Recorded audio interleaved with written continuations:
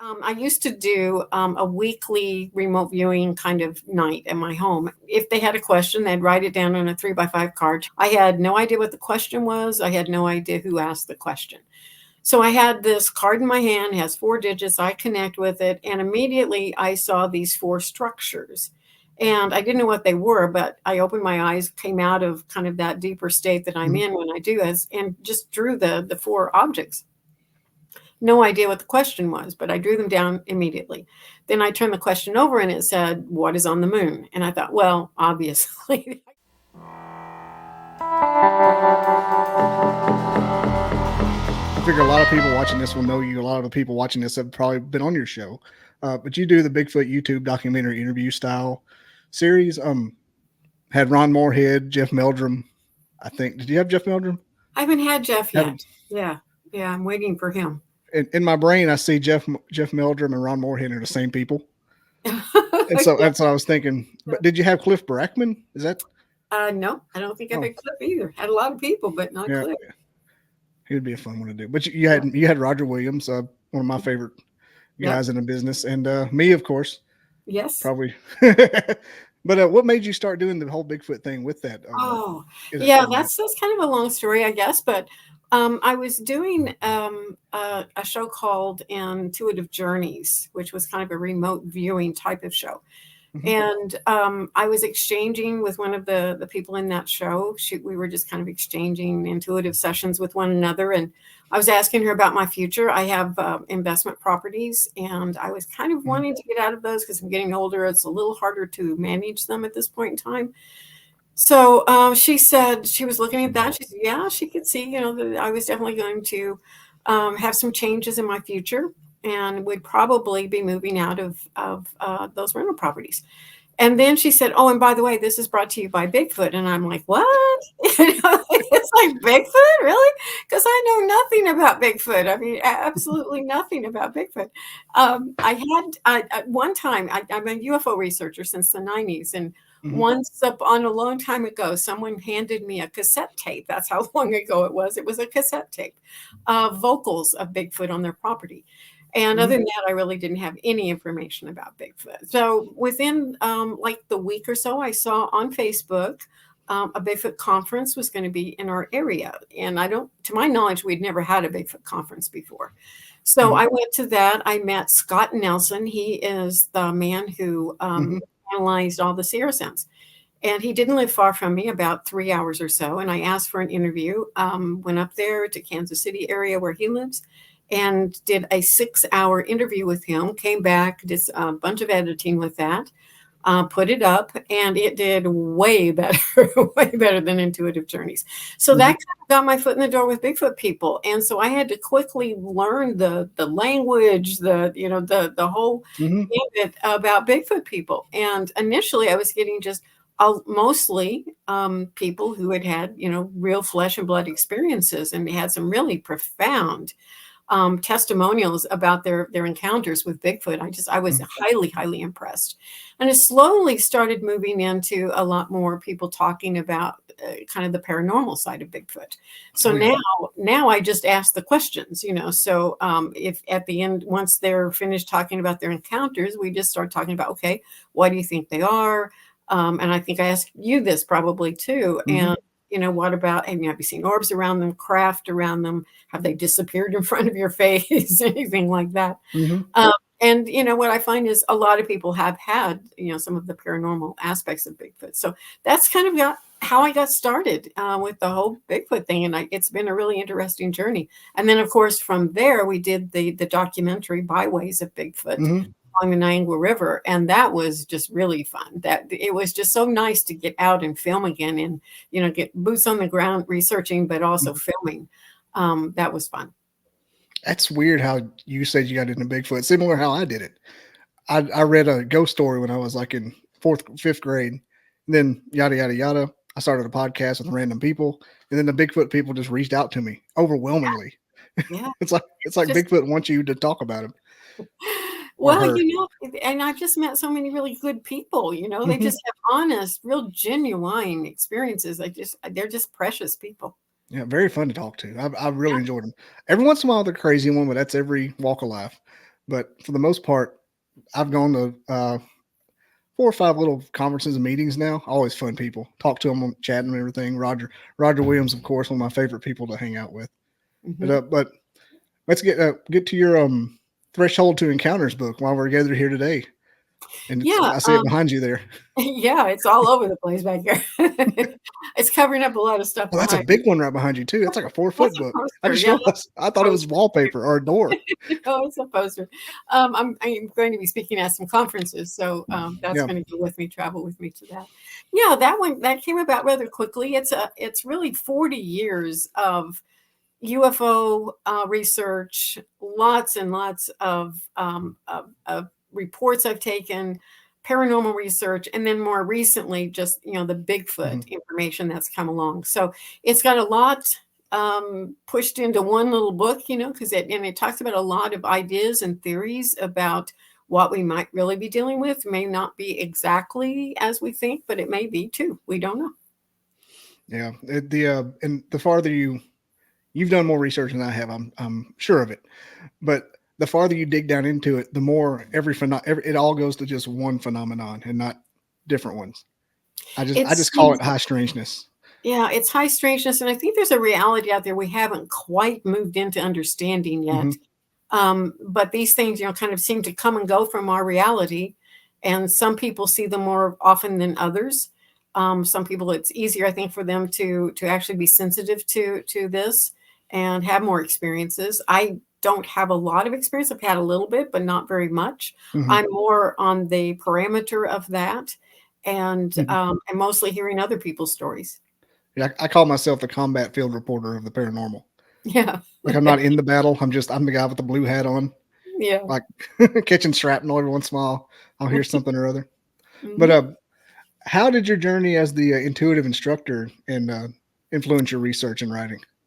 Oh, it's in there quite a bit because a lot of my journey of becoming intuitive was coupled with Mm-hmm. the UFO research, and a lot of the research I did. I mean, I used a lot of my intuitive skills and not intuitive teaching so much, but intuitive skills in understanding it better and giving me insight as to where to go, what to do. And there's still some on Bigfoot that I haven't fully explored yet. Mm-hmm. When I was trying to write this book, I was really looking a lot intuitively at Bigfoot, and I remember remote viewing at one point a real destination of where to go, and it involved. I mean, if I can find it, it involved a gravel road, a goat farm at the end of this gravel road, and from there, it was kind of this valley between two rather large, hills, and in that vicinity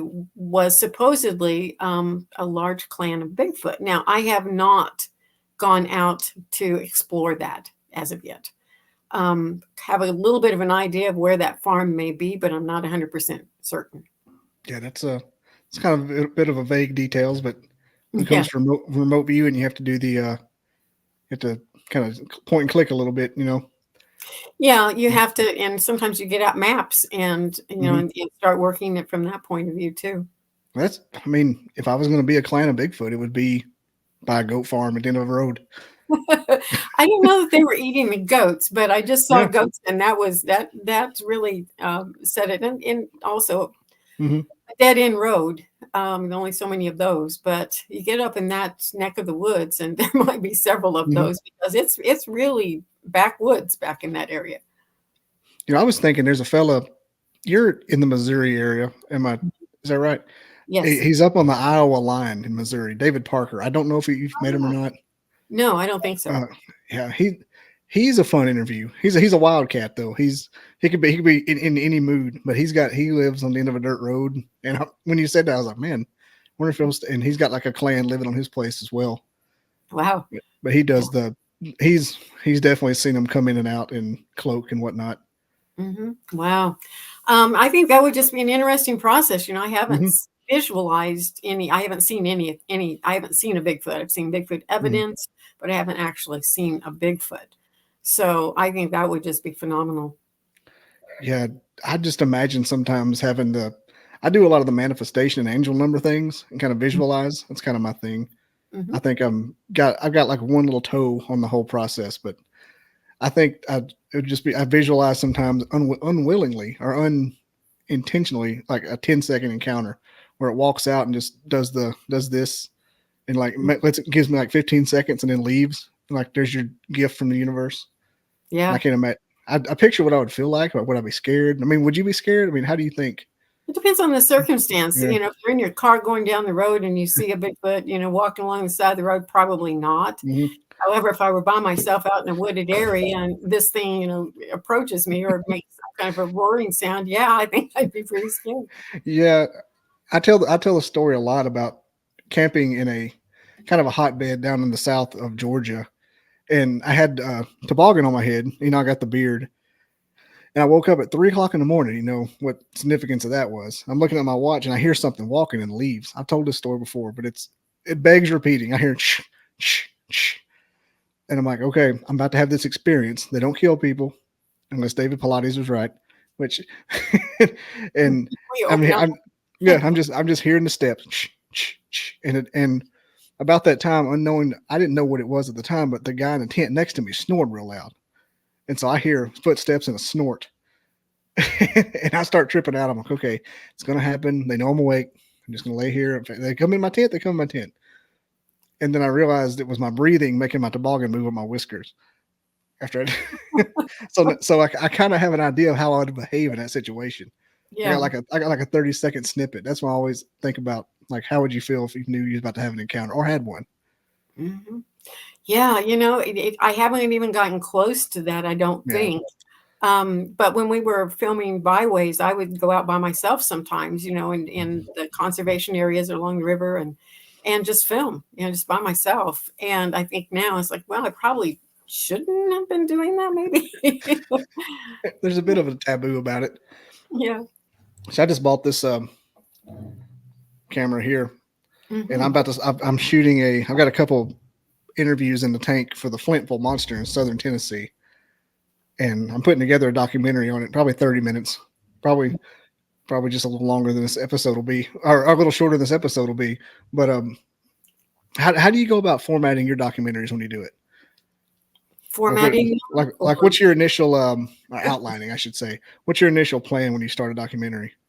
Well, I try not to script it too much Mm-hmm. initially. I have an idea of, kind of what I'm going for, and then it depends on what we film actually out there in the field. I bring all that footage home. I go through it with a fine tooth comb. Mm-hmm. We're usually using, 3 cameras maybe, and bring that back, document everything that we've got, and then I just start building the story from that and write the script based on what we've actually found.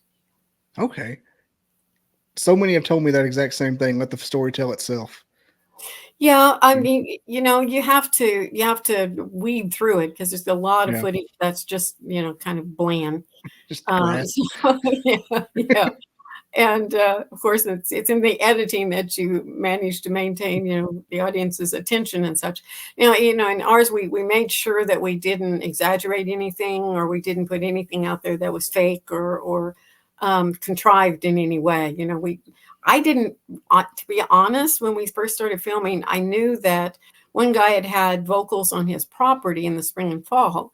But I honestly thought, okay, we'll get out there, we'll explore, see if there's any footprints on his property and along the river. But I honestly didn't think we'd find much. But we ended up finding stuff, and it was Mm-hmm. like, wow, I was impressed. I wasn't expecting it.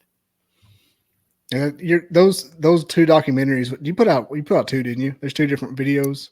Well, I Yeah. have. It depends on what you want to call a documentary. Yeah. Byways of Bigfoot is like an hour-long Yeah. documentary. The interview that I did with Scott Nelson is practically a documentary. I actually Mm-hmm. put That's out what. two episodes of that. And then Bigfoot the Limits, that was on site of a Mm-hmm. family in the Ozarks also. And they'd had all kinds of very strange things happening on their property, but they had documented it so well. So their story was practically already told, but we have hours and hours and hours of video there as well, and could probably put out another documentary on that. And for everything we filmed thus far on Byways, I could probably put out another hour show. It Mm-hmm. just wouldn't be the same as this one, but I could probably piece together a little bit more. Yeah, like a part two and a half, or something like that.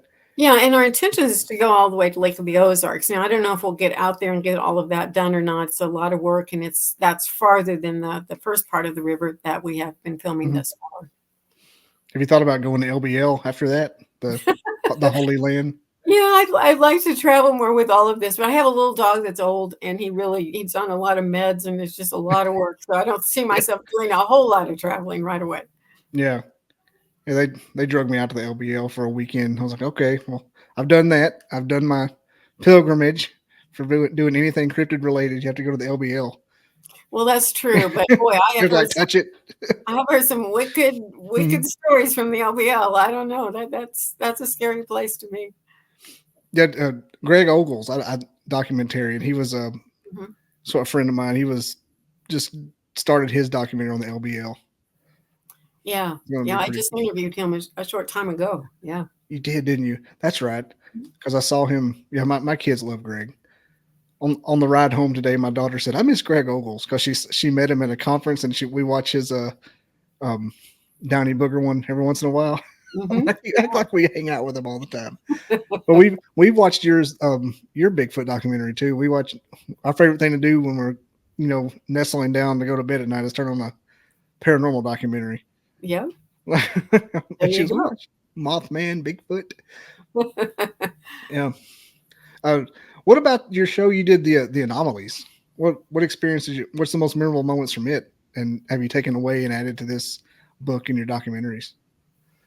Anomalies was a radio show, and then I Hmm. did a TV show, and it was more of just an interview show. More, it was Yeah. on a variety of things, though. We did UFOs, we did shamans, we did some on hauntings. But Hmm. it was mostly just an interview show. And then I did the year-long radio show, and that show, we interviewed a lot of people on crop circles, and Linda Moulton Hmm. Howe was on there, Stanton Friedman was on there, on UFOs, a lot of UFO people. My sidekick on that show was Ted Phillips, and he was a Mm. hardcore UFO researcher. But he also was the researcher for Marley Woods. And I don't know if you've heard of Marley Woods, but it's a place in Missouri that is very, very similar to Skinwalker Ranch. They Mm, have just really? all kinds of phenomena going on there. Yeah. And he was researching that when he was on my show. He wasn't talking about it as much then as later on. They released a lot of information about some of the phenomena going on there. But yeah, that radio show was really it was a lot of fun. I like visual a little bit better than Yeah. just the radio, but we just interviewed so many people from all over, and that was kind of liberating. Yeah, Yeah. I majored in telecommunications and film in college. One of the goals was to get a radio show, but now I'm kind of glad I didn't because of the visual thing. yeah, Yeah. I kind of like doing. I'd rather. I don't mind like a podcast with just two little avatars beeping back and forth, but I'd rather like talking back and forth is fun. I'd rather do it in person, to be honest. yeah. But were you a member of MUFON or a MUFON investigator? I was not a MUFON investigator, but I did attend MUFON for a lot of years. They're public meetings, and then there's a group now that's publicly meeting again that I'm attending as well. But no, I was never an official MUFON investigator. I had my own group, which was called Midwest Research Society. Hmm. And I would take groups out, well, we went all across the country and went to even to Puerto Rico. And, we just did a lot of research. We took a lot of reports. We went to sites that things had Hmm. happened, just investigating the best we could, talking to the people there that had these experiences. Most of that was on the UFO stuff, and I also Yeah. traveled with the intuitive work that I did as well. Went all over too. Did you ever have any experiences your own with the MUFON or with the UFO research group, the You know, Midwest one? the only personal experience I've had that I could even remotely call a UFO was an orange light, and I was kind of I was on a country road. I was actually Mhm. married at that time, and it was a very remote area. There were no houses in sight. There was a gravel road in front of this house. I was sitting there looking across the road at a pasture, waiting for my husband to come from. He was talking to his brother, and waiting for him to come to the car to leave. So I was just sitting there, nothing to do. And across the street from me, or across the road, it was a dirt road. was a pasture, and then beyond that was a tree line that was kind of elevated. And above that tree line, there was an orange light. And at first I thought, is that an airplane? Is it just going to fly on over or what? But it didn't. Mhm. It just stayed stationary above those trees. And all of a sudden, then it slowly went down behind the trees. And that was it for that night. I thought, well, it's nothing probably. I just didn't know what it was.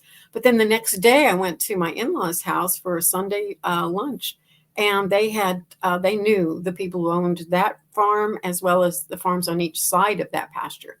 And that night, there had been three cows mutilated, one in each Really? one on each of those farms. So I may have been watching, actually observing cattle mutilation as it was going on. I don't know, but I did later find out those orange lights were associated with cattle mutilations. So I thought that was kind of weird. Now, other people I know, and it's all through the book, various research projects, but people really close to home to me have seen quite a few UFOs, craft, lights, all kinds of things. So you were like you remember the Calvin Parker case down in Pascagoula, Mississippi, Mm-hmm. and that lady 30 years later said, "Oh yeah, I saw 3 green lights pop up." Like, Yeah. like Yeah. but the guy on the bridge never saw a thing. Like, what the heck? Yeah.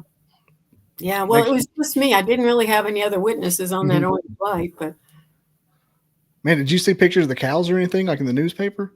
I didn't see them. I don't know if they were typical of the animal mutilations, but they used the term mutilation. And I did know one of the individuals that lived on one of those farms. And the weird thing was, I had seen him at UFO conferences. So I'm wondering if he knew that there was, some UFO traffic in that area because he was at the UFO conference. It wasn't typical of that family to be out to anything like that. They were just farm people, and they didn't seem to have an interest in that sort of thing. They were pretty Christian and just didn't, they just weren't into UFO stuff too much. So I was surprised to see him there. But I always wondered if what brought him out there was because there was, the animal mutilation on his farm. Mm-hmm. And like the consensus now is that may be more of a MILAB kind of thing. Mm-hmm. The military testing those crafts, which is creepy in and of itself. There's in my book, I talk about, the variety of things that may actually be going on.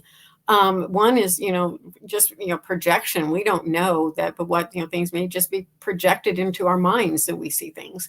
Or there could even be holograms, and it's all kinds of things can happen these days. Technology is so advanced. That doesn't explain UFOs from the past, but in today's time, I don't know what might occur. And you said you talked to Greg Ogles. Did he tell you about how his producer couldn't see things at first, and as he walked with them, he became to be more observant of them? Like you were saying, how do some people see things, some people don't? It could just be like the simulation theory. That's true. And that is true. And it's also true, when I teach people to remote view or I teach people how to do intuitive work, same thing. You have to become sensitive to it before you recognize it. The remote viewing. I talked to Paul Smith Mm-hmm. from the Stargate project, I think it was. Right. His nephew by marriage is one of my friends down here in Huntsville, Yeah. and so I kind of wedged my way in because he was on Mm-hmm. that one Joe Rogan documentary. He's like, hey man, and he was telling me, and if you remote view, you know about this guy with the Russian submarine prototype that he saw. And like, there's no way that happened, and sure enough, like I don't know how that guy just doesn't talk about that 24/7. Like you remember that time I Yeah. visualized a submarine you said didn't exist. Right. Exactly. Well, they did some phenomenal things. I've met all of those guys. Mm-hmm. And it's to get good at it though. I mean, I had to just really practice a lot, at doing that sort of thing to get good at it. But they had the best of the best, I'll tell you. Now, do you utilize the practice remote viewing practice to where the person telling you to find this object has like a code word in his mind, and he tells you the code word, and you have to go back into his mind and back out? I've never done that one. No, I've Yeah, never. it's No. he the way Paul described it, and he said, imagine the person is got a red car in his mind that's in like across the country, but in his he tells you in the guy's mind he associates 8675309 with the car, and he Mm-hmm. tells the remote viewer the number, and the remote viewer takes that and kind of it's like de-encrypting it. Yeah. Yeah. He says it's a Well, practice they do. well, the way that I do it, I mean, I do a blind Yeah. question. I have no idea what the question is and put a 4-digit number on the back side. So everything's Hmm. blind, It's about the same then. Yeah. yeah, that's basically the same thing. But the person that is conducting it, and they always use someone to conduct it. And I don't have the luxury of having a person always around, so I have to do it on my own Hmm. to be able to access the information. But yeah, it's all blind, so you have no idea. Now, I do have an interesting story. I don't know if you know who Ingo Swann is, but he was one of the people that was instrumental in helping to set up the protocol for the Stargate program. He was the really, Hmm. really super psychic person. But I have kind of a quick story I can tell you about Yeah. remote viewing, something that was kind of phenomenal. I used to do a weekly remote viewing kind of night at my home, and people would just come. There's no charge. And if they had a question, they'd write it down on a 3x5 card, turn the card over. I would collect cards, put a 4-digit number on the back, shuffle them all up. I had no idea what the question was. I had no idea who asked the question. So I had this card in my hand, it has 4 digits. I connect with it, and immediately I saw these 4 structures. And I didn't know what they were, but I opened my eyes, came out of kind of that deeper state that I'm Hmm. in when I do this, and just drew the 4 objects. No idea what the question was, but I drew them down immediately. Then I turned the question over and it said, "What is on the moon?" And I thought, well, obviously I got this wrong. This doesn't make any sense. And there's no way we could prove it. And if I can't prove something, if I can't really get the nitty-gritties of detail on it in reality, I just kind of don't give it a lot of credibility. And that's kind of where I put this. I kind of Hmm. shuffled the background. But a couple of days later, I was at a UFO conference, and there's a book vendor there, and I knew him pretty well. And I walked up and asked him if he knew of any books that talked about any structures on the moon. And he said, "Oh, I've got a book for you." And he pulled out Ingo Swann's Penetration book and handed it to me. And when I opened the book, it was all about Ingo Swann doing a secret project. He did not know what he was remote viewing, but he did a bunch of sessions and drew all of these structures that were on the moon, but he didn't know he was remote viewing the moon, just like I didn't know I was remote viewing the moon. But the 4 structures I drew were right there in the pages of what Ingo Swann drew. So they were Really? arches. They were arches, a tunnel going down into the moon. There was a pod containing or holding something, and the other one was a really tall tower. Those were the 4 things I drew. He drew many more other things, but But what you came up with was in that it was drawing. drawings in the book. Wow. Yeah, yeah. Talk about confirmation. Whoa. I mean, I'm not saying that you didn't remote view what was actually on the moon, but the fact that like maybe you remote viewed that book I could and have that remote viewed the yeah, book. You that's just still insane. no. I've thought about that myself. I mean, I still doesn't say it's on the moon, but he That's was still pretty significant. good. He was really pretty good, but so am I. So I don't know if Yeah. I haven't I don't do it as often as I used to, but it was just everything I did revolved around doing either some form of remote viewing or intuitive work. So um but I don't do it as often as I used to. I'm getting ready to start a new project though, but I can't tell you a lot about it. But it's remote viewing. That confirmation is crazy. Like a half manifestation Yeah. is freaky. I was doing a visualization of something I want to happen, and about 70% of it occurred in a new Netflix movie I watched like 2 months ago. Hmm. Like verbatim. I was like, I'm looking around, I'm thinking, did I do that? And then I wondered, like, is that the manifestation? I got to looking at it. No, it just means you put it out there and it's starting to materialize. Okay. Yeah, and yeah, that sort of thing happens a lot to me too. I understand what you're saying. I was like, did I ruin it? Is that my card? Like, no, that's just the birds before land. So I had to research it hard because I was freaking out. Like, did I ruin it? Is that it? Because I don't want that to be it. That's not good enough. Yeah. So, and when it comes to your Threshold to Encounters book, I'm just going over some of the notes I had. Where did the secret societies fit in? Well, yeah, secret societies. Let me tell you a story. This was kind of early on. This was before I was doing a little bit of UFO research, Mhm. I was not doing any of the intuitive work at all, or didn't even know how. But I was a hypnotherapist, and I was teaching hypnosis at that time. And I had a class that I put together, and there were maybe 12 students in the class, which was a little bit larger than most of the classes I taught. So because it was so much larger, I decided to do an extra practice session on Sunday evenings. Mhm. There was one student in the class. He was probably a little bit more intellectual than the others. He was a stockbroker, and he was semi-retired, but a stockbroker. And the other people in the class were quite a bit younger than he was as well. But he was always asking questions about mind control. And I thought, well, it's strange because I didn't really know much about mind control or using hypnosis for mind control of any sort. I didn't really address him a lot during that. But he seemed really down to earth and asked really intelligent questions. So this Sunday night, we're doing the practice session. He's the only student that showed up that night. And this night he's like, kind of starts telling me stuff about this secret society, but he wouldn't name what it was. And he would like kind of tell me a little bit and then kind of back off and then tell me a little bit and back off. And I'm thinking, well, that's odd, but he was hesitating, like he didn't feel comfortable telling me about it. So eventually he kind of all came out, or at least parts of it. And he said, he had moved back east to go to college when he was young. Mhm. And he married into a family that was like deep, deep, deep pockets money. We're talking old deep pockets money. And in that group, in that family, they were part of this secret society. And because he was married to their daughter, he was invited into the secret society and went up the ranks really fast, because that's where they were. And they did some occult type work there at that high level.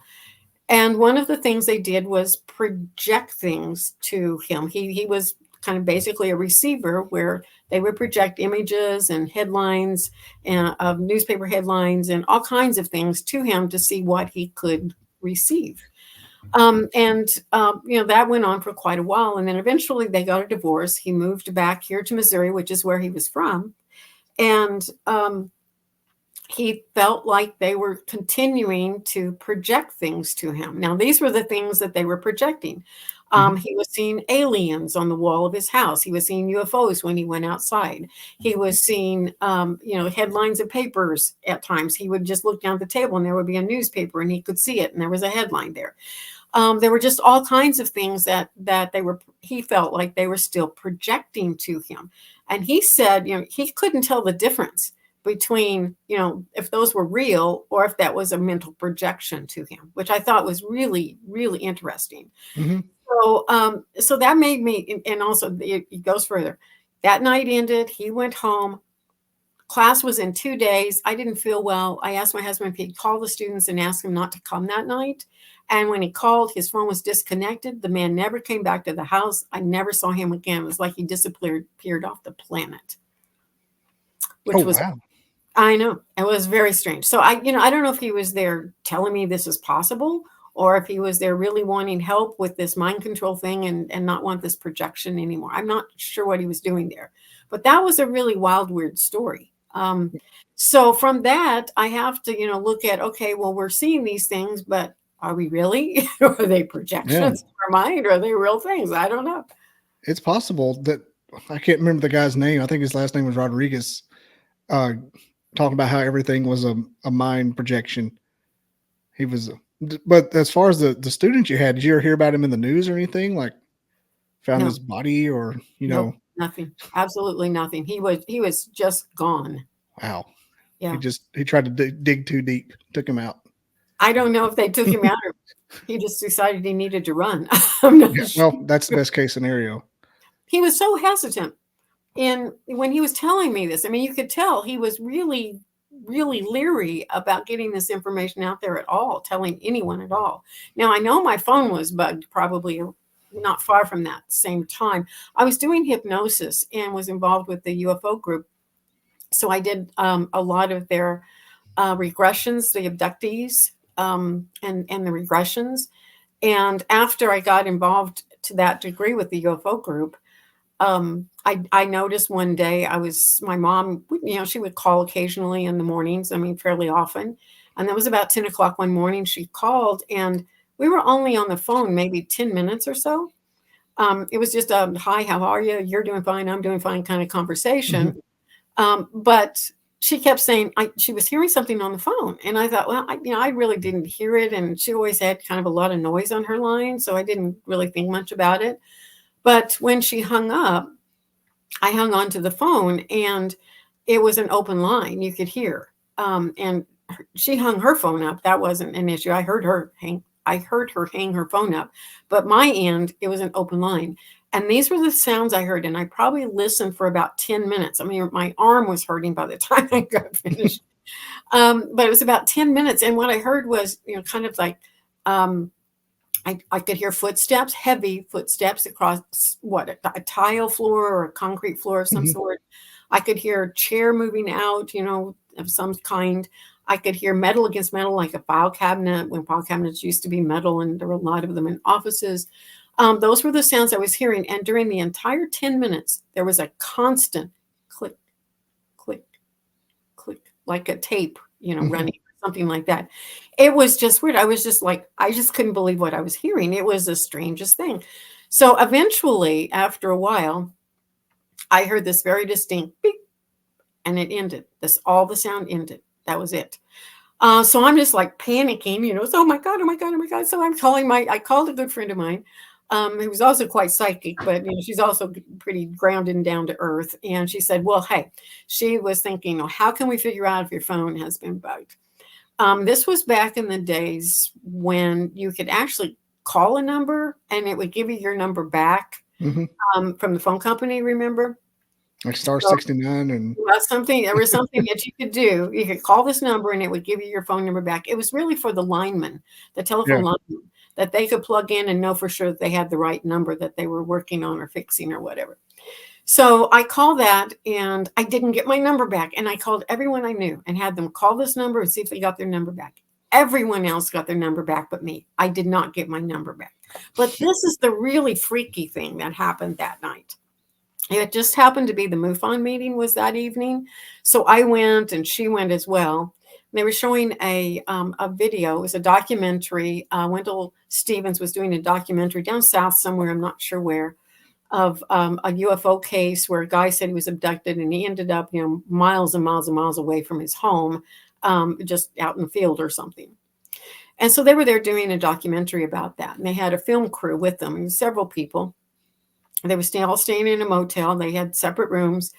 And all of them, I think it was around 1:15 or so at night, they started getting these calls. I mean, it would just be a hang-up call. And it was like 1:15, 2:15, 3:15, 4:15. And the next morning, they all met up and talked to the people at the switchboard. He said, nope, no calls came in whatsoever the entire night. For some reason, their phones were ringing, but it wasn't going through the switchboard. That's really spooky. Now, this is really strange, too. I come home that night after watching this documentary, after hearing my phone be bugged that day, okay, and I went to bed, went to sleep, and I think it was about 1:15 or so that morning, phone rings, hang-up call. 2:15, phone rings, hang-up call. 3:15, on my phone at home. I'm thinking, okay, this is just spooky weird, that all these things started happening. Did what number did you didn't get anything back when you did the callback number? You get something else, but you don't get your number back. Oh. You get some message, some recorded message. I don't remember what the message was. We're talking early 90s at this point. I vaguely remember doing that. Yeah, they don't have that anymore. I was just thinking like maybe you got some random number back and call it, but so it's just like an error code or something. Yeah, I did it over and over, and no, it was just a recorded message but I don't remember what the recorded message was, but it wasn't my phone number. Man, yeah, that was back in the days when you could really mess with you via the phone because nobody really had it was all just analog. Yeah, that's true. You could make prank calls. That was the golden era. But the thing was, a lot of the people in that MUFON group that were really invested in doing research, they had the very same thing happen to them on their phone. Yeah, that's what crazy. Like the very next day. Yeah. Have you ever like looked into common occurrences as far as hearing the walking and? A little. Yeah, that's especially the tape. Some guy got up and went to the bathroom while he was phone tapping you and forgot and ran back in there and turned it off. Like, oh, she's still on there. Yeah. No, I think they just left that open. I don't Yeah. know why. And, normally it would be the other way around. They could hear my end. I couldn't hear Hmm. theirs. So that was strange. But it was also my mom's. Now my mom has seen a UFO. I have not, but she actually saw an actual craft. It would have been around that same time frame, but I don't think that they would have had her phone bugged, but you never know. That's that's a crazy coincidence. Did Yeah. she when she saw the craft? Was there like I was noticing missing time as well? But did she have any incidents with that afterwards? No, there was no incident. She was walking. It was about 4:30 in the afternoon. She was walking with her neighbor down this blacktop road. It was at a T road, and her son-in-law was driving by and turned that sharp turn on the T road, and she turned around to wave at him actually, and she saw this craft in the sky just right there above his car. It was a silver craft about the size of an automobile. She said it wasn't moving very fast, but it was going across the road. She tried to get her neighbor's attention, but by the time she turned around, this thing had gone behind some trees. And so she didn't see it for a real long time, but good little while. And so when we started talking about it, I asked her to describe it to me, and she did. And I asked her if she'd asked any of the neighbors if they had seen it, and she hadn't. But she called one neighbor that this would have been in clear view of their home. This is out in the country, but still would have been in clear view of their home. And she said, no, they weren't home on Thursday evening when this happened.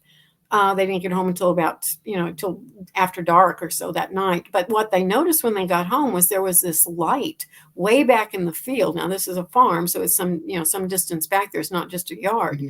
But there was a light on the field right behind their house. And that would have been the direction this thing would have been going when it went behind those trees. See, nowadays it'd have been a cyber truck. She Yep. saw it in the woods. But we mentioned earlier on in the interview here, the podcast episode, the correlation between I want to call it ghosts and the cryptids and the aliens, like almost being the same thing. Have you seen a lot that substantiates or heard stories that substantiate maybe the same thing occurring, or one begats the other in the Well, sighting? it does seem like there are some similarities. Mhm. Bigfoot and UFO more maybe than the ghost, but still Yeah. something with the ghost. I was interviewing someone the other day, and they were talking about they were out doing Bigfoot research when they saw this horse with a Native American, move across the field. Hmm. And I just simply made the statement as like, they assume this was a ghost because it disappeared. But, a lot of people see Bigfoot walking along and then it disappears. Hmm. And we never think that Bigfoot might be a ghost as well. We always think that Bigfoot, is cloaking or doing something like that. But if we see other things that just disappear, why are we putting those in the category of ghost and not Bigfoot? I'm not sure. So that's one Hmm. area that they have some similarities. Another is in paranormal research areas where people are studying sounds. There's the knocking on wood Hmm. that people who are opening up for spirits to come in and talk with them and stuff. Generally speaking, the beginning portion of that is going to be knocking. They'll hear knocking in the house. Well, out in the woods, you hear tree knocks. Well, we just assume there again, Bigfoot is either making the sound through a vocalization of some sort or taking a stick and hitting a tree. Hmm. But it's a knocking sound. So there's also that kind of similarity. Missing time is associated with UFOs, of course, but now I'm getting missing time with Bigfoot people. Hmm. That they just go into this period of time. They have no idea what's happened. They've seen a Bigfoot or whatever, and they have missing time. So that's also correlated. Draining of batteries around Bigfoot as well as UFOs, Hmm. and electrical anomalies that happen around paranormal sites as well as Bigfoot as well as UFOs. So all of those things seem to have some correlation together.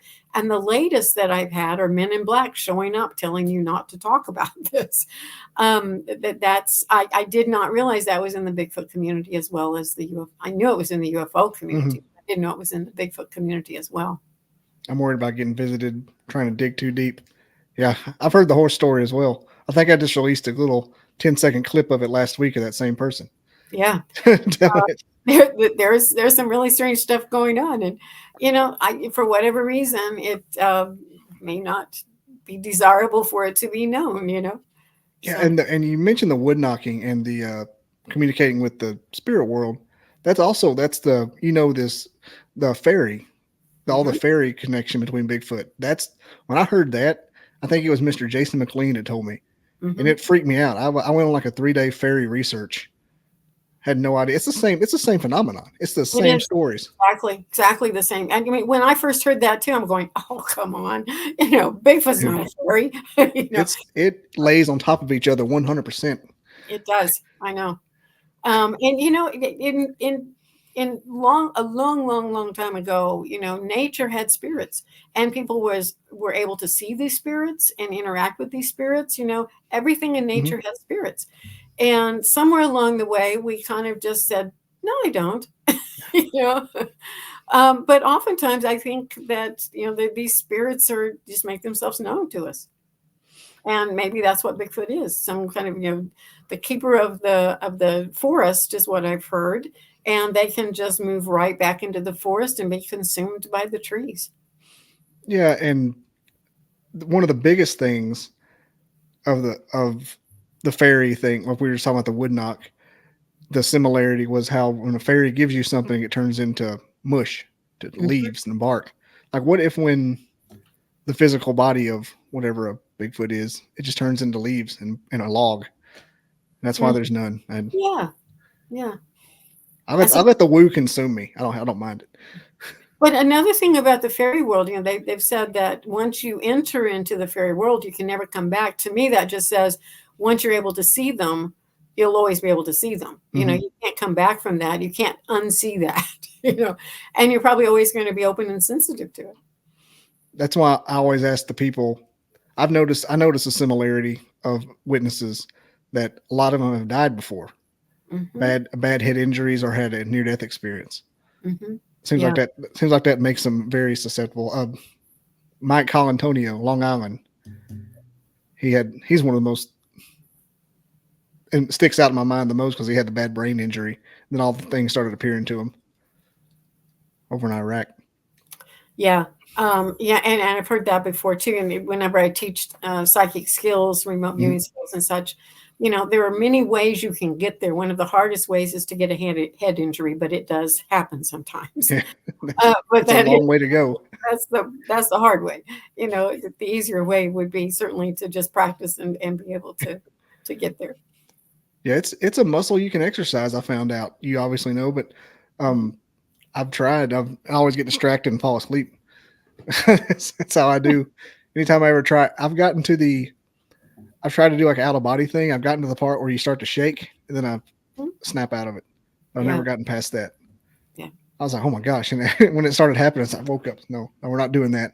Too Yeah. close, too close. It's like trying to eat something too hot. Nope. Yeah. Well, we're rounding the third base here, but I know you mentioned a future project earlier you didn't want to talk about. Do you have any you can talk about future project wise? That's the only thing I have going right now is I'm putting together a team of associative remote viewers, and Hmm. whenever that gets underway, I'll be able to talk about it more. But right now, it's too new, and I'm real protective of that Hmm. venture until we get more solid within it. I understand. You don't want anything contaminating it either. Right, that's Yeah, true. that's it's hard. I've thought about somehow trying to use the Bigfoot intention thing where they know what you're doing. Like put a camera on someone that goes to the woods every night that doesn't know there's a camera on them. Like give them a new hat with a camera. Yeah, yeah. I don't know. Where can they reach you at? What channels? And it'll all be in the description. So don't worry if you forget something. Your book's on Amazon.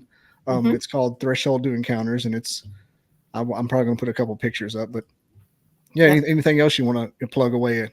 Yeah, I've got 350 Bigfoot, paranormal, UFO videos out there on my Hmm. YouTube channel. It's just Linda Eastburn YouTube channel. There's also a group that I have I have a couple of groups on Facebook that's welcome you to come and be part of that.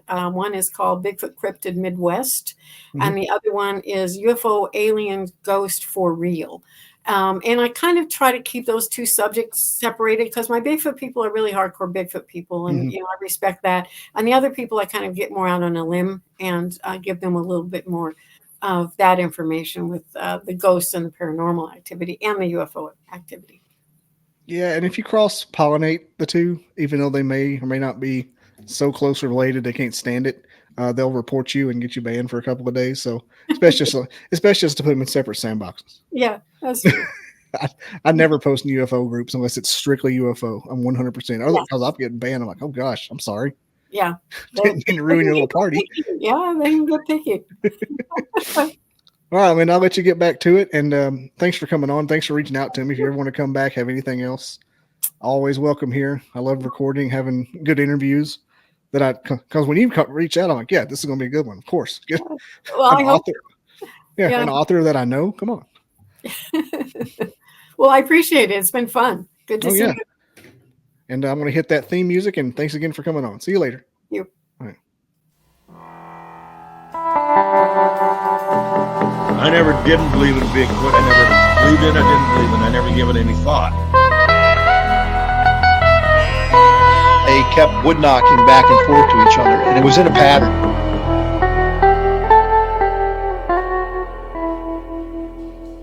Barn owls don't typically throw rocks. I come across these tracks. Sasquatch is still not on my mind.